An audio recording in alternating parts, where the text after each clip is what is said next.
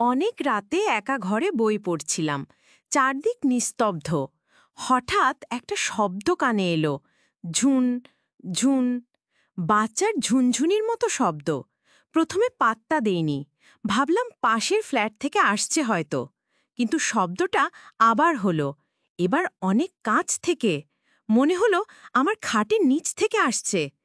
বুকটা একটু কেঁপে উঠল। এই ফ্ল্যাটে আমি একা থাকি, আশেপাশে কোনো বাচ্চা নেই। আমি সাবধানে ঝুঁকে দেখলাম খাটের নিচে ধুলো আর অন্ধকার ছাড়া কিছুই নেই। কিন্তু শব্দটা থামেনি। ঠিক ওই ফাঁকা জায়গাটা থেকেই একটানা বেজেই চলেছে। ঝুন ঝুন ঝুন, যেন কোনো অদৃশ্য হাত ওটা নাড়িয়েই যাচ্ছে। আমি ঠাঁই দাঁড়িয়ে রইলাম।